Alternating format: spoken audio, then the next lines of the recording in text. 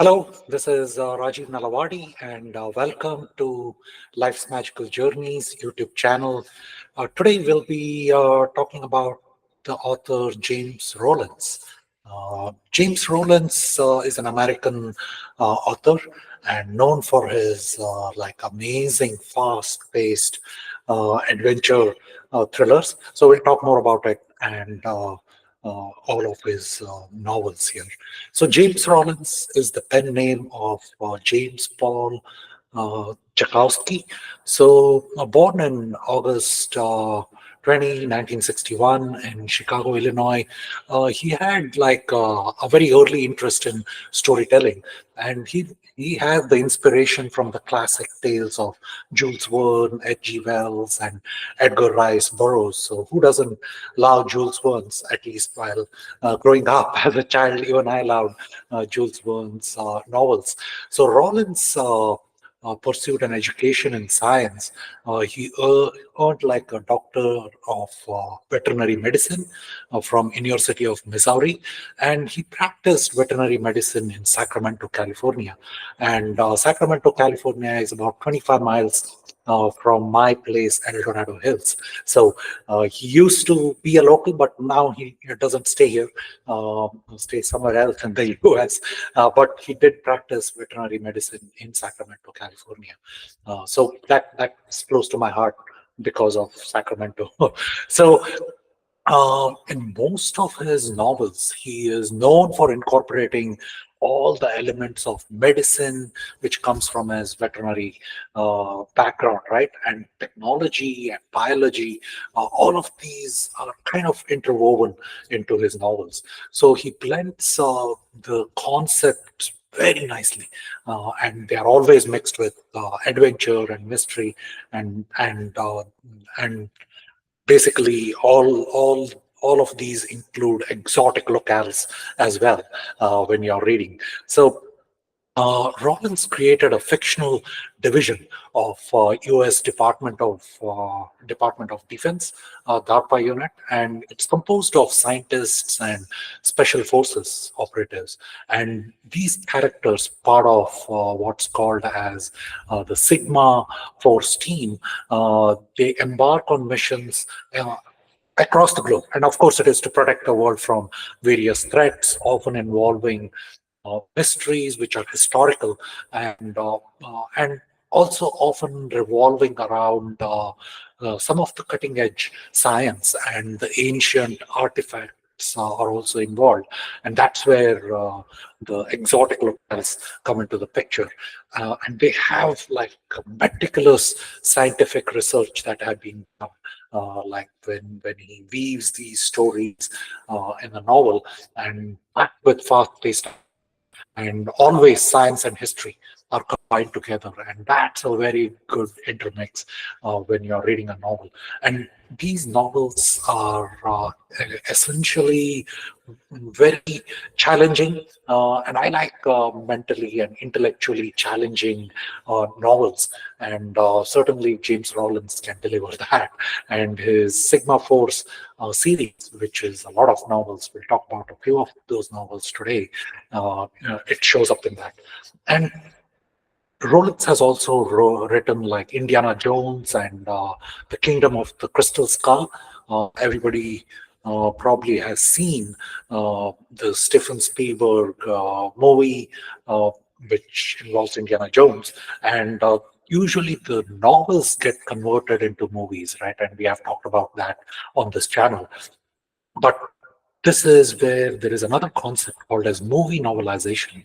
So he has done a novel based on the movie, and there are a lot of movie novelizations out there, and many authors are involved in writing it. Uh, he sort of has done a very good job at this, I would say. When I read it, personally appealed to me. Uh, in all of his novels, he cites like real scientific articles and discoveries, and those are usually at the end of his novels, right? And he's encouraging the readers to explore the facts behind the fiction, and all these. Uh, last end of the novel kind of chapter, which covers all of these different scientific articles. That's my favorite, personal favorite. Actually, that's what makes him, in my mind, a standout author of adventure and involving scientific theories or revolving around scientific theories. So we'll start off with Sandstorm.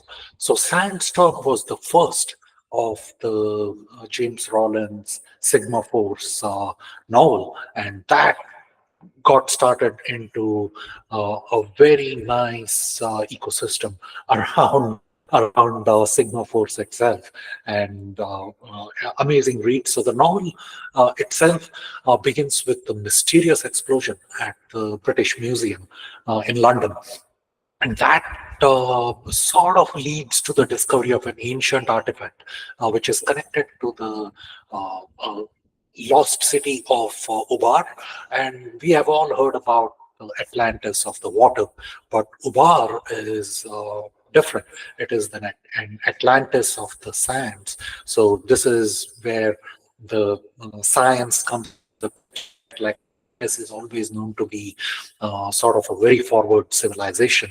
So this event, this explosion, it starts off on a thrilling adventure that spans different continents and dives deeper into the mysteries of history and ancient civilizations combined with science. So the protagonist in this is painter Crow. He's a Sigma Force agent tasked with uncovering the cause of the explosion and also its connection to Ubar, which is the Atlantis of the sands. So Sigma Force is like a group of experts, and it's an elite team of US Department of Defense that is employing experts from various fields, and they use their skills to protect the world from all the scientific threats and technological threats that keep coming up. So Krau's investigation quickly turns into a race against time, because now they are also fighting against a shadowy guild, which has roots deep within the antiquity, and they also want. They are also searching for Ubar, and for their own nefarious benefits, right? Like the shadowy organizations usually do. That's like one of the themes, I would say. It's not always like the shadowy guilds or some other themes. Like also after the same thing, it becomes a regular theme after a while, right? But James Rollins has a way of weaving things in a better way.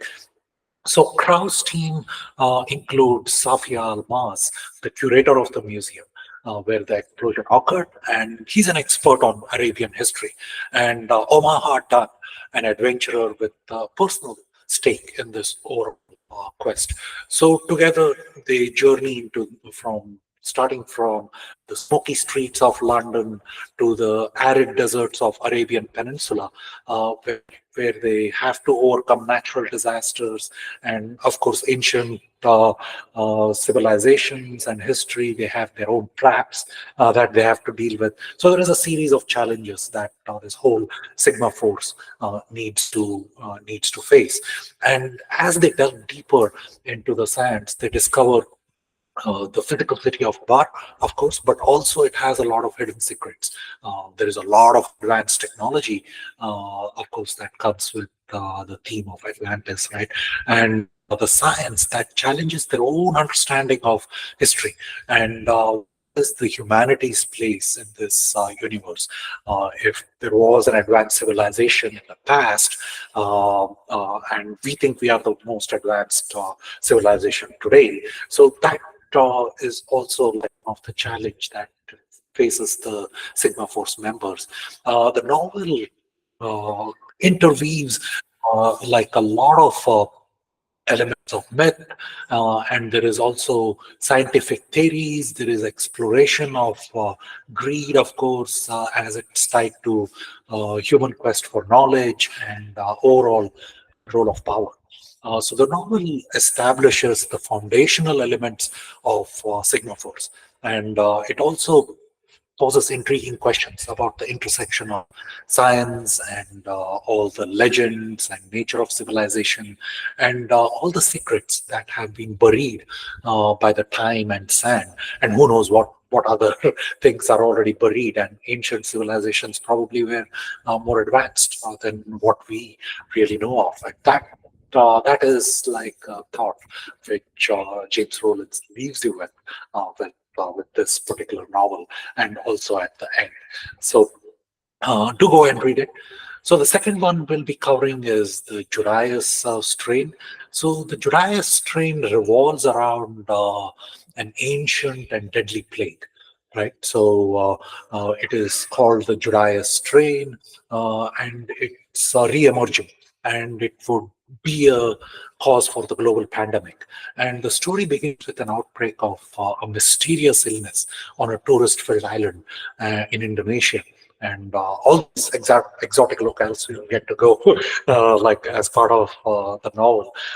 So it starts from this island in Indonesia, and it traces back some of the remnants of a centuries old disease hidden within the historical records. And the historical records come from none other than Marco Polo and the lost treasure fleet. So, as the disease starts spreading, the Sigma Force is called into action, and they start investigating and securing some scientific information to mobilize and a cure to stop the outbreak from spreading much further. Is led by Grey Pierce, who, along with his colleagues and the team itself, has to navigate the complex web of cliffs and that tie the current outbreak to the dark secret that dates back all the way to the biblical plagues. So their quest leads them to the ruins of Angkor Wat, Cambodia, and Venetian canals, and finally to the Vatican itself. They uncover like a conspiracy that involves the highest echelons of the church itself around the Vatican, right? So uh, parallel, there is a lot of parallel modern day narrative. So you can see Rollins is skillfully interviewing sort of secondary plots and storylines, and they are set in the past, right? And essentially, Marco Polo, on his return voyage from China to Italy, also had an incident. So this historical narrative provides like a lot of good insights. So you can kind of have your own perception of what the true nature of the Judas Strain and its terrifying potential. So the two timelines, the historical one and what's going on now, kind of converge in sort of a climax that is sort of very intellectually satisfying. And Sigma Force team doesn't let you down with how they have to race against time to avoid like any catastrophic. So this is a very nice historical fact along with speculative fiction, and it's both educational, I would say, and entertaining at the moment. So also talks about the nature of viruses and the evolution of how the diseases have happened and the potential for the pathogens they can re-emerge in the modern world and create different kind of threats to humanity itself. So beyond the historical intrigue and the scientific theories that are uncovered as part of this novel as it progresses, it also goes to like the deep into the various characters and the moral complexities that these characters are also dealing with. Along with the moral complexities, they are dealing with the discovery of all these things, right? And it challenges their own understanding because they are the experts in this field. The characters' strengths, the weaknesses, and personal demons, they are also brought to the limelight. And that adds a lot of depth to how the novel progresses. The Judas Strain is a very interesting read, and you should certainly go read it. The third novel of James Rollins, again, all of this is uh, Sigma Force series that we are talking about today. Uh, as you can see here, the characters on the front page and the cover out of the novel. I would really like to salute even the cover creators, like for these novels, like the way they create it. Kind of gives a little hint for picking up that book from from either the library or the bookstore itself, and it sort of is a selling point, essentially the book cover itself. So the sixth extinction. Uh, the novel opens with catastrophe at a remote military research station in California. And it involves advanced genetic experiments. And that's what I was pointing to. And the cover for this novel, it involves that genetic code uh, and DNA that we all know of, right? And it's a sequence. And that's what it captures in the cover art. So the genetic experiments here have gone wrong, and they are unleashing a deadly plague. And it rapidly begins to spread. This sort of event signals the potential onset of a sixth mass extinction. So there have been previous extinctions on Earth, and this is a very nice read because it talks about how the dinosaurs got extinct, and it has led to other species in the past, like these other extinctions have led to like devastating things for other species in the past as well.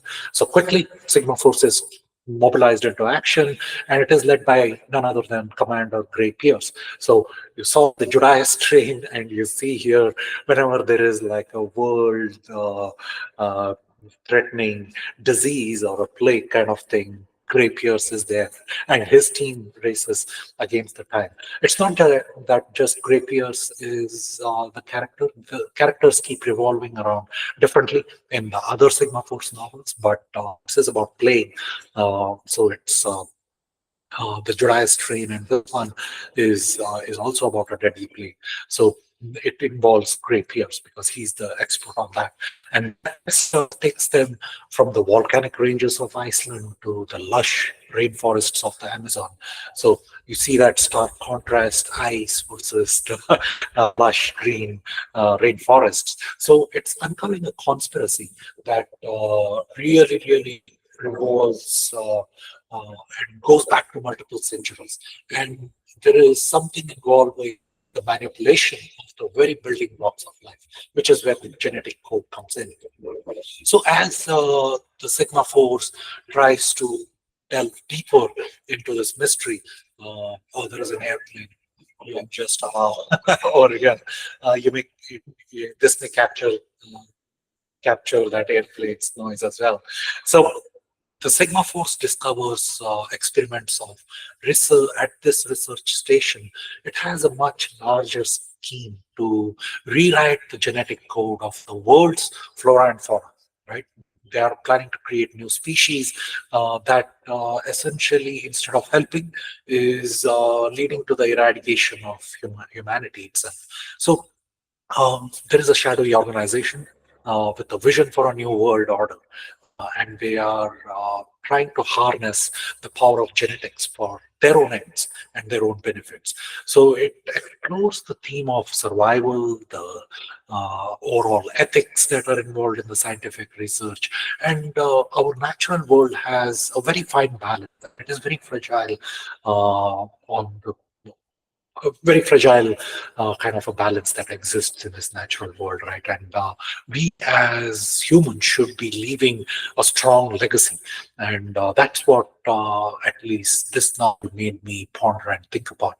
So the questions are really about humanity's role in the environment and the moral implication of playing God in this whole genetic engineering experimentation.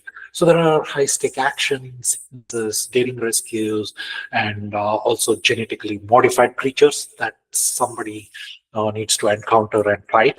So it takes the characters that are involved in the novel are tested to their limits, and along with them confronting ethical related questions on what this whole uh, embodiment of the genetic reengineering is about. And they themselves are experts in the field, by the way. So the fourth novel that we'll be discussing is again part of Sigma Force, and it's called The Seventh Plague.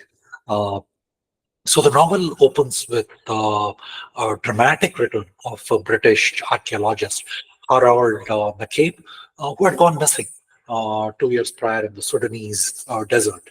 And he was searching for something of an archaeological uh, proportion that involves or span back to the biblical plates of Egypt. So he returns and he dies instantly, mysteriously dies shortly after his return, after 2 years. And there is a deadly plague again that threatens to replicate, which is very huge, sort of to replicate the biblical seventh plague, right? Like the hail of fire and a global pandemic.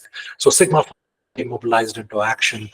So here, since it is play, extinction, and Great Pierce is involved, the team must decipher ancient texts, and they quickly need to go through the landscapes of Africa and the Middle East to find a cure. As the narrative progresses, McCabe has stumbled upon evidence that is pointing to biblical plagues that were actual historical events linked to the environmental catastrophe, and it's somehow tied to the eruption of a supervolcano. And the Sigma Force is again dealing with a shadowy group that seeks to harness this ancient power for their own purposes. So the Sigma Force is challenged again to avert a disaster that is on biblical proportion, meanwhile fighting this shadowy group as well. So we can see in James Rollins, there is multiple plot lines, and he weaves them together and in the end and towards the end. There is always a subplot, and in this, there is a subplot involving an ancient book that is holding the key to stopping the plague and the personal story, a loss and redemption for a particular Sigma Force member.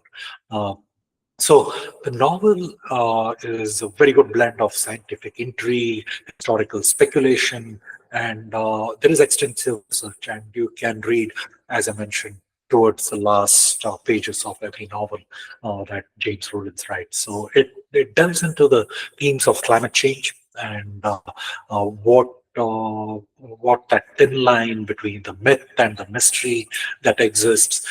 It allows us to also challenge the technological hubris that exists in a society, and also makes you ask provocative questions about the relationship of humanity and the natural world.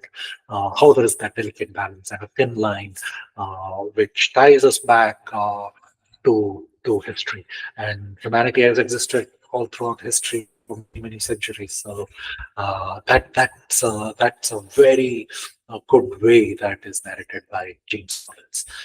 So there are other Sigma Force novels, and I'll be covering them in a separate video and in the future. So Archangel is the latest one. Kingdom of Bones, Tides of Fire, and Crucible, the Demon Crown. In the Demon Crown, you can see that snippet. Who is how can you describe James Rollins? If you put in Michael Crichton, the most scientific writer, and Dan Brown together in a particle accelerator, you come up with you come up with James Rollins. So that's one of that snippet there on the front page. And of course, Lee Child, who we have reviewed on this channel, who created the iconic Jack Reacher, right? He says nothing matches what shoots Rollins the way he does, and that's for the eye of God. And Last Odyssey is another one, The Devil Colony, Doomsday Key, and a couple of these also have Lee Child's front page front page snippet, how much he appreciates James Rollins as well. In order to stay with me on this channel, you'll get to listen to another video from another great author and novelist and their novels. So do subscribe to Life's Magical Journeys, and also to the Facebook, Insta, and LinkedIn socials. So that's it for now, and talk to you all soon.